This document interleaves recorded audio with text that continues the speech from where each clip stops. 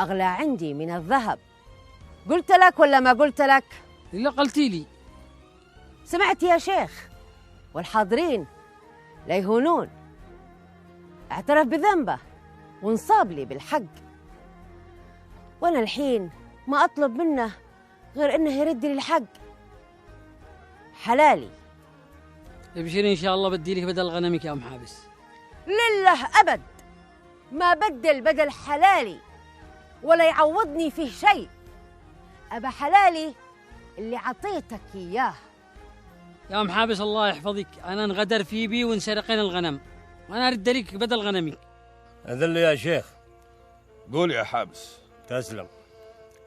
ترانا بدو، ونعرف إن الرجال البدوي مثل الذيب ما ينغدر فيه، ويحمل من الرجولة والشجاعة والحذر اللي يحمي بحاله وأي شيء يملكه. وإن كان الرجال هافي ونطيله ما تخلي همه تذبحه قبل أن يكبر ولا يبلغ. والسالفة الحين ما هي سالفة حلال وخرفاء، السالفة عن الرجولة وتحمل المسؤولية. وشاهين يقول إن في الديرة لصوص ونصابين، وهذا الكلام يلحق على الديرة كلها وما نقبله منه. اللي ما يقدر يحمي حاله كيف بيحمي حلال الخلق؟ يقول شاهين إن ما عنده قدرة على حياة البادية والبداوة، ويقعد عندنا ضيفا وعلى روسنا. أنا ما أناش ضيف يا حابس، أنا واحد من الديرة، أنا ابن الشيخ أوضحة وخالي الشيخ صقر، بعدين ما اتهمت أحد من الديرة. بعد ما سمعنا السالفة كلها من أولها لتاليها، أنا أحكم أن شاهين يعطي لهم حابس بدل كل راس انسرق 5 روس. أقول يا شيخ كل حلالنا يفداك، وما يسوى عندنا شيء، والحنا معولين عليه. واللي نبه إن الولد يتعلم وما يتهاون في حق الخلق، إن ما حدا بايعذره في حقه.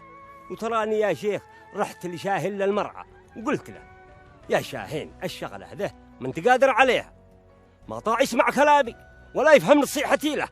خلاص يا حابس من غير كثر خبر، أنا برد لكم حقكم الغنم. ويش يقول ذا المهبول؟ من وين بيلقى حلالهم الحين؟ ها تم، وهو ذا اللي نبه، شاهين يرد حلالنا وحنا حبايب واخوه وقوم الرفاقه وما بيننا شيء. يا شاهين من وين بترد الحلال المسروق؟ من المربع. شادور بعدين من سرقين شادور شو حصلهم، أنا متأكد. ها وين عجزت انك تلقاه؟ ترى بلسان الحال اللي انت فيه بتفهم انك ما انت قادر على عيشتنا وما حد بيعتمد عليك، واترك الوهم اللي انت عايش فيه. والافضل لك وقتها انك تترك الديره وتعاود